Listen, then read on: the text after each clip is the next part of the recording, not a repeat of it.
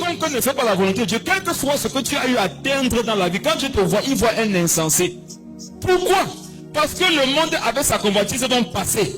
Ça veut dire que quelqu'un qui est prophétique, c'est quelqu'un qui révèle Jésus. C'est quelqu'un qui a la vie de Jésus. C'est ça qu'on appelle un prophète.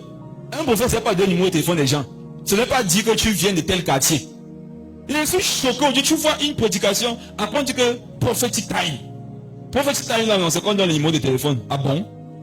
C'est ça le prophétique. Voici une prophétie ici. Et je prophétise ça. Jésus prophétise que non. Si tu bâtis sur le roc, quel que soit ce qui se lève dans ta vie, tu ne vas pas tomber. Je prophétise donc sur toi, non? Que tu vas bâtir ta vie sur la parole de Dieu. Et quel que soit ce qui va se lever sur toi, tu ne vas jamais tomber. Au nom de Jésus. Voilà une prophétie claire et c'est biblique. Il dit parce qu'elle était bâtie sur le roc. On comprend que le secret pour ne pas tomber dans la vie, c'est fait quoi? C'est marcher selon la parole de Dieu. Amen. La parole de Dieu nous fait comprendre que quiconque ne marche pas selon la parole de Dieu, il est quoi? Insensé. Supposons que dans une filière Harvard, tu sortes le major de ta promotion, mais tu n'es pas né de nouveau. La Bible dit que tu es quoi? Insensé. En fait, tu n'es pas sage pour Dieu parce que tu es premier en tout. Hein. Tu es sage pour Dieu parce que tu fais sa volonté. Mais c'est quoi être sage? C'est de te dire que les Écritures me disent ce qui va arriver bientôt.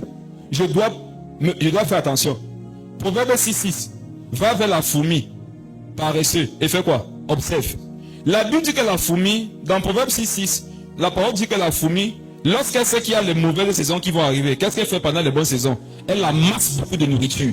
Sachant que quand les temps difficiles vont arriver, elle aura des réserves. C'est ça être sage. Maintenant, Jésus nous enseigne qu'un jour le monde va s'arrêter. Il enseigne qu'après la mort, il y a deux destinations, l'enfer et le paradis. C'est quoi être sage? C'est d'aujourd'hui prendre la position qui va faire en sorte que même si ça arrive demain, après-demain ou bien dans une semaine, que je ne sois pas dans les problèmes. Être un insensé, c'est maintenant courir derrière le monde, courir derrière les bâtiments, courir derrière les voitures, courir derrière les femmes et te dire que tu vis.